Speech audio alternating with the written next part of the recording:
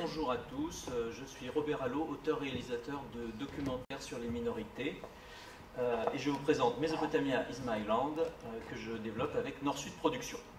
Actuellement, les Yézidis, les chrétiens, les Mandéens sont en train de fuir l'Irak et la Syrie comme les Juifs il y a 70 ans. Ils se retrouvent disséminés, sans terre et ils vont avoir le grand risque de perdre complètement leur identité. Et une des seules façons qu'ils auront de pouvoir la sauver, ce sera de se construire une nouvelle patrie virtuelle sur Internet. Et c'est ce que propose Mesopotamia is my land. Et c'est sur Mesopotamia is my land que le grand public pourra venir rencontrer ces minorités. Mesopotamia is my land est un documentaire interactif et participatif qui sera disponible sur tablette, sur téléphone, sur ordinateur et qui aura une déclinaison documentaire télévision.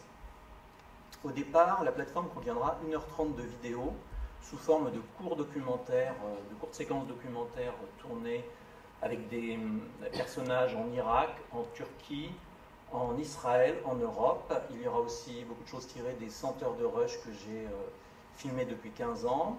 Il y aura des témoignages autofilmés, des participation de scientifiques, et c'est important, il y aura les nouvelles concernant ces minorités. Et très vite, grâce à mes contacts au sein de ces communautés, il va y avoir des contributions, des vidéos, des photos, des récits venant de ces 4 millions de yézidis, de chrétiens, de juifs, de mandéens, et venant aussi du public, du large public qui est intéressé par les questions de migration, de religion, de droits de l'homme et de Moyen-Orient en général. Et tout ça va former une nouvelle bibliothèque de Babel. Babel est en Mésopotamie, comme vous savez. Et cette bibliothèque va se développer autour de ces questions d'information et de partage pour devenir un des multiples piliers de cette nouvelle patrie virtuelle. Je vous donne un extrait vidéo.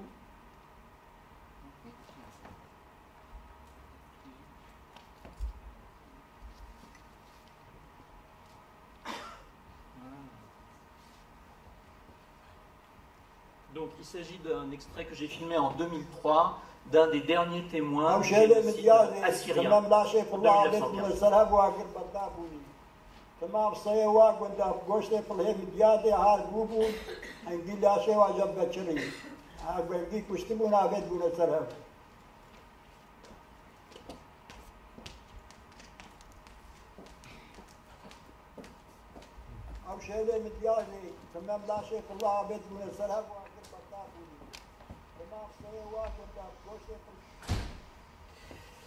Donc,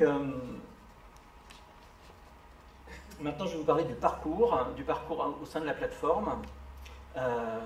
Kathleen de Bruxelles est passionnée de Moyen-Orient. Elle a trouvé sur YouTube un film sur les Yézidis particulièrement intéressant. Elle l'amène sur la plateforme où elle rencontre Kevin, qui est né en 1994 à Sarcelles. Il est assyro-chaldéen et il est là pour voir le documentaire sur le génocide assyro-chaldéen de 1915 où son arrière-grand-père est mort.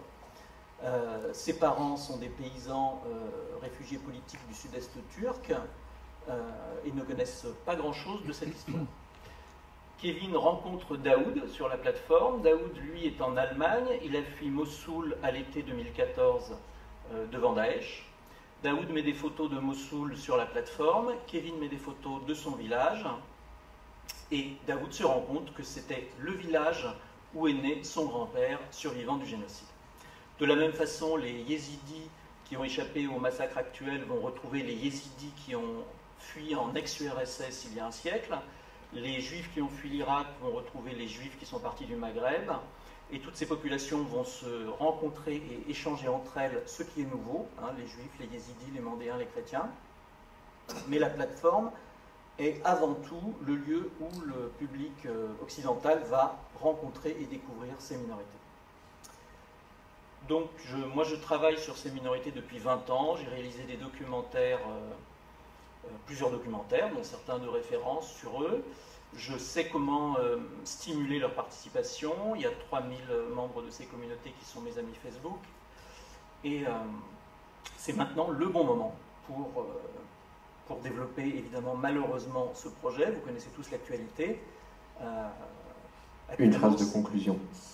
Voilà, ces populations sont disséminées et en train de disparaître. Donc nous cherchons un concepteur d'interactivité pour pouvoir poursuivre le projet. Merci.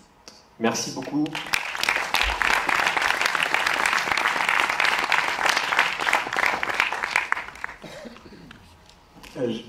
Bonjour et merci. J'ai en fait 3 remarques sous forme de questions auxquelles vous ne pourrez malheureusement pas répondre, mais que je vous livre. La première, c'est qu'est-ce qui va faire que je vais venir sur cette plateforme.